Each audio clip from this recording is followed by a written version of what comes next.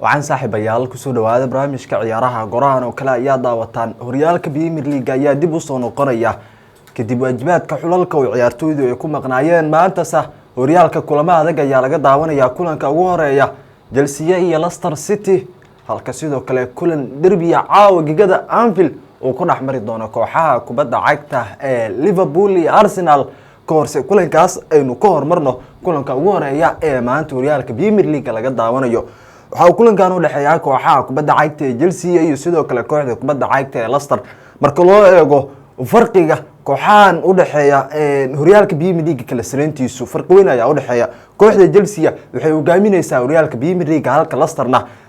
xil ciyaareedkii ugu dambeeyay bilowgoodii ugu xumaa xil ciyaareedkan uu yahay si kastaba macalinka kooxda kubadda cagta ee Leicester City Brian Rodgers wuxuu xaqiijiyay in kulankan uu ka maqnaanayo xidiga qadka dhexe mid kamid ah xidigaha ugu wanaagsan ee kooxda kubadda cagta ee Leicester City ee waqtigan waana daayarka Yuri Tielemans kaasi oo laacibka dhibaato anqawa ah kooxdu kaga maqnaanaya kulankan kooxda kubadda cagta ee Leicester City marka loo eego xidigaas ugu muhiimsan ma jirto dhaawacyo kale oo kooxda kubadda cagta ee Leicester City ka cusub laakiin Chelsea dhaawacyo badan ayaa haysta waxaana xusid mudan in kulankii ugu dambeeyay kooxdu ay kuftayo taaka loo dhigay waxaana kooxda kubadda cagta Thomas Tuchel kulankan ka maqnaanaya kooxdiisu xidiga afka hore kaga ciyaaray ee Romelu Lukaku waxaana ku wehelin doona maqnaashiisa Matthew Kovacic kaasi oo laacibka labadan xidigba kulanka dhaawacyo kaga maqnaan karaya Timo Werner ayaa tababarka ku soo laabtay waxaana sidoo kale kulankan leeyahay tam ah weerarka kooxda xidiga kaga ciyaaray ee Mason Mount marka sidoo kale waxaa soo kabsaday ama xaaladiisa caafimaad ee soo hagaagtay Christian Pulisic oo kooxdu ka maqnaa kulamadii ugu dambeeyay si kastaba kulankan kooxda kubadda cagta ee Chelsea tijaabo weyn ayuu u noqon doonaa oo marka loo eego kooxda kubadda cagta Leicester City ay la ciyaari doontaa waana kulamadii 12aad ama isbuucii 12aad ee horyaalka Premier League la ciyaarayo kooxda Chelsea waa hogaamiyaasha horyaalka Premier League laakiin farqi weyn kuma hogaaminaya marka loo eego kooxaha ku soo xiga iyo sidoo kale in xil ciyaareedku bilow uu yahay Leicester City ayaa waxa leeyahay qaadanaysa xil ciyaareed liita mid kamid ah xil ciyaareedyadii ugu dambeeyay kooxda Leicester City waqti xun ay ku bilaabatay waxaan leeyahay horyaalka Premier League waxa ay ka fadhisaa kaalinta 15aad waxaana 11 ciyaarood kooxda kubadda cagta ee ciyaartay ay kooxda kubadda cagta Leicester City la leeyahay waa waqtigoodii ugu adkaa Chelsea waqti fiican ay ku jirtaa laakiin kulankan tijaabo adag ayuu u noqonayaa waxaana ciyaartan galabka la daawanaya 9:30 daqiiqo xilliga geeska Afrika waxaana ay ka dhici doontaa kigada King Power Stadium ee ku ciyaarta kooxda kubadda cagta ee Leicester City markaan eegno kulankan waxyaabaha kooxahan yani hal iyo labo kooxda kubadda cagta ee Leicester City waxa leeyahay ayaa kaliya guuleysatay laba kamid ah 8 ciyaarood ee ugu dambeysay horyaalka iyada oo 3 barbaro gashay sidoo kalena 3 kalena kooxda kubadda cagta ee Leicester City la garaacay marka Leicester waxay u baahan tahay in kulankan soo kabasho ay sameyso kooxda Chelsea guul ay ka gaarto wadada guulaha ay ku soo noqon karta Chelsea qudoodu wadada guulaha indib ay ugu noqotay ay doonaysaa kadib barbarii ugu dambeeyay horyaalka ee kaga tagtay Chelsea waxay doonaysaa inay 4 guul oo xiriir ah ay ku soo gaarto banaanka iyadoo aan gool laga dhalin ciyaar ka tirsan horyaalka Premier League markoodii ugu horeysay tan iyo xil ciyaareedkii 2008 yani 4 ciyaarood oo kulamo ka baxsan gigada Stamford Bridge ee ku ciyaarto kooxda Chelsea in banaanka ay aado yani away waxay doonaysaa inay soo adkaato 2008 ayaa ugu dambeysay in sidaas ay sameysay leeyahay kooxda kubadda cagta ee Chelsea maantana King Power Stadium ciyaar ka dhacaysa ay doonaysaa in mar kale halka ay ku soo adkaato Thomas Tuchel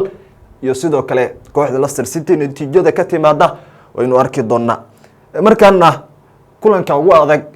toddobaadkan horyaalka Premier League waxa uu dhexmari doonaa kooxaha kubadda cagta ee Arsenal iyo sidoo kale Liverpool waxaana ay ka dhacaysaa ciyaartan gigada Anfield ay ku ciyaarto kooxda kubadda cagta ee Liverpool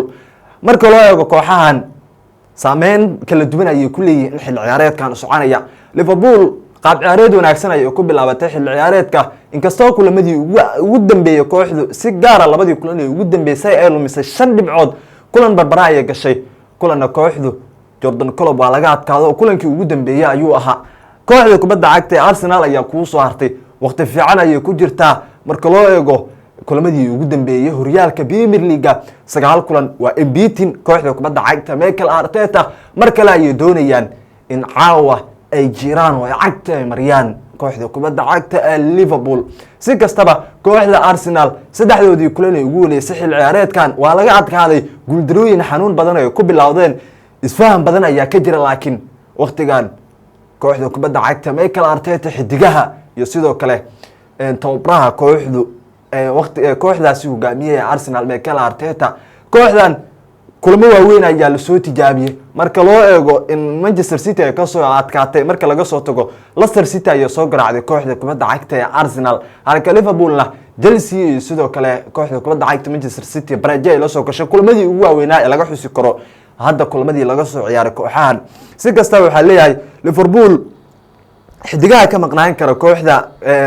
tababare Jordan Klopp kooxdiisu waxa qayb ka noqon kara ayaa la leeyahay al capitale Jordan Henderson iyo sidoo kale xidiga dambeedka daafaca ka ciyaara ee Robertson waxa sidoo kale kulankan shaki weyn la gelinaya Sadio Mane kaasi oo dhaawacmay laakiin laacibkan reer Senegal ee Sadio ayaa dib ugu soo laabtay tababarka oo laacibkan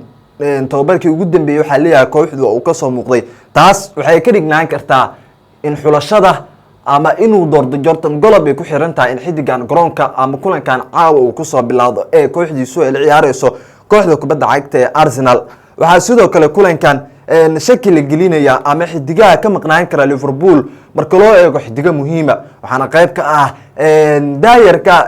David Origi oo isagana qudhiisu shaki la gelinaya xidigahan waxay qayb ay kiin xidigii kulamadii ugu dambeeyay ee xulalka dhaawacyo iyo sidoo kale isbedelo kala duwan kala soo kulmay oo shaki badan ayaa kaga jira kooxda Liverpool marka loo eego ugu yaraan 6 ciyaartooy oo shaxda koowaad ee Jordan Klopp ayaana kulankan ka maqnaan kara waxaana xidigahaas muhiimka ah qayb ka ah kulankan Liverpool ay weyn karto Roberto Firmino Joe Gomez iyo sidoo kale James Milner oo raacayo xidiga qadka dhexe ee kooxdaasi Naby Keita xidiga kooxda aadka ula qabsaday ee Jones waxaana sidoo kale Elito qayb uu ka yahay xidigaha kooxda kubadda cagta Jordan Klopp kulanka kaga maqnaan kara fursad weyn ayay u tahay Mikel Arteta marka loo eego xidigiisa muhiimka ah isfahamka hadda kooxda ka jira ee kooxda Mikel Arteta Liverpool waxa leeyahay kulankan way afduubi karaan laakiin saadaasha hordhaca ah ee BBC-da ay soo xiganayso waxa qayb ka ah in Arsenal laga adkaan karo 2-1 lagaga adkaan karo laakiin ma qaba natiijadaas ama saadaashaas laga sii saadaalinayo kulankan oo Arsenal waxaan aaminsanahay inay tahay koox awood badan 2-1 in lagaga adkaadana ama ciyaartaas 2-1 ay ku soo dhamaato way adkaan kartaa waan aaminsanahay awoodda Maxamed Salah iyo sidoo kale xidigaha kale ee Liverpool laakiin ma dafiri karo sidoo kale xirfadda Pierre-Emerick Aubameyang iyo sidoo kale Lacazette Smith Rowe iyo sidoo kale xidigaha kale ee kooxda kubadda cagta ee Arsenal ay haysato daafaceeda oo kale kooxda Arsenal aad u wanaagsan yahay ha halmaamin ma xaqiri kartid adigu ku dhaado awoodda golahayaha kooxda kubadda cagta ee Arsenal Aaron Ramsdale golahayii hore ee kooxda kubadda cagta ee Sheffield United wax badan ayuu ka qabtay kooxda Arsenal isbedelada ka socda qayb ayuu ka yahay guulihii xiriirka ah badbaadinada cajiibka ah waa si weyn maanta lagaga hadlayo caalamka laakiin maanta Salah iyo Liverpool inuu wajaho waxay ka dhignaan kartaa tijaabadii ugu adkeyd ay wajahayaan kooxda kubadda cagta ee Mikel Arteta si kastaba kulankan waa kulan adag oo horyaalka Premier League maanta laga ciyaarayo kulamo badan ayaa jira maanta horyaalka Burnley iyo sidoo kale Crystal Palace caawa maqribkii 6 ayay ciyaarayaan halka sidoo kalena Norwich City iyo Brentford isla waqtigaas ay ciyaarayaan Aston Villa iyo Brighton waxa qayb ay ka yihiin kulamada caawa isla waqtigaas laga daawanayo horyaalka Premier League Manchester United Ole Gunnar Solskjaer Ronaldo iyo xirtooduba waxay wajahayaan kooxda kubadda cagta ee Watford caawa maqribkii 6 oo gawa iyo ayaguna qudhoodu ay ciyaarayaan Wolves iyo West Ham kulan kale oo derbiya ayaguna isla waqtigaas ay ciyaartaas ay soo galaysaa kulanka ugu dambeeya ee caawa laga ciyaarayo horyaalka waxa u dhaxeeya kooxaha Liverpool iyo kooxda kubadda cagta ee Arsenal waxaana ciyaartaan ay soo galaysaa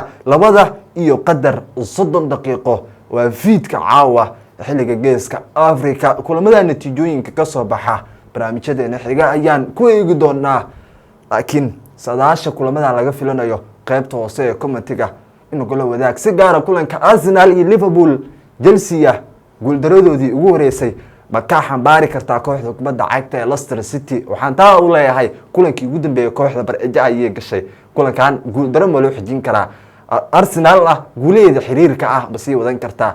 waa aragtiyaan ka doonaya in qoobta hoose commentiga nagula wadaagto guud ahaan halka ayaan jecelahay in barnaamijka iyaga maanta aan ku soo gunaano tan iyo barnaamijkan kiisa xiga intaan dib ugu kulmi doono waxaan idinkaga tagayaa Sports Hormar leh